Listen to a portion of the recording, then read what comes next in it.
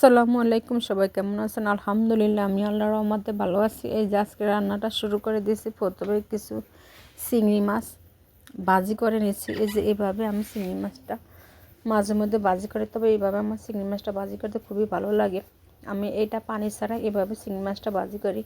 এই যে চিংড়ি মাছটা আমি উপর থেকে উপরের খোসাটা ফেলে দিই, তারপরে কিছু কাঁচা পেঁয়াজ, কিছু রসুন কুচি, কাঁচামরিচ দিয়ে ভালোভাবে নেড়ে ছেড়ে নিচ্ছি।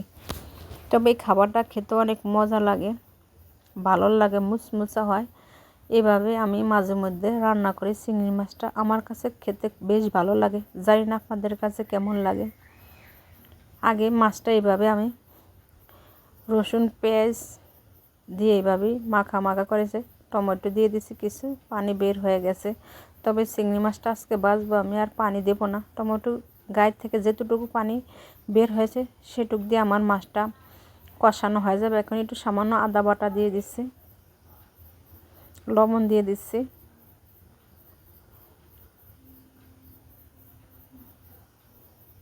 মরিচ গুঁড়ো, সামান্য হলুদ গুঁড়ো দিয়ে ভালোভাবে নেড়ে ছেড়ে নেব। ঢাকনা দিয়ে মাছটা আমি ভাজি করব। তবে এই মাছটা আমার কাছে খেতে খুবই ভালো লাগে।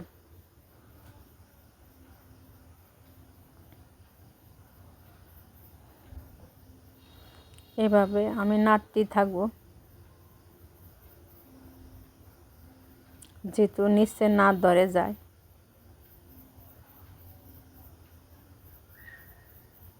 আপনারা চাইলে একবার বাসায় এভাবে ট্রাই করতে পারেন। এইভাবে চিংড়ি মাছ ভাজার টেস্টটাই আলাদা। যারা খেয়েছেন তারা এই চিংড়ি মাছ এর টেস্টটা অবশ্যই বুঝতে পারছেন। যারা না খেয়েছেন তারা একবার হলেও ট্রাই করে দেখবেন। টমেটোগুলো আমি একটু গালা গালা করে দিচ্ছি, মানে খুন্তির সাহায্যে, যেহেতু নাড়তে নাড়তে একদম মিশে যায়। আমি আবারও বলছি, আমি এর সাথে কোনো পানি ব্যবহার করব না। টমেটোতে যে পানি বের হয়েছে আর তেলটাই যে ছেড়ে দিচ্ছে। রসুন কুচি, এভাবে রসুন কুচি দিলে খেতে ভালো লাগে। যারা রসুন পছন্দ করেন না তারা রসুন দেওয়া থেকে স্কিপ করবেন, পেঁয়াজ দিয়েও খেতে পারেন।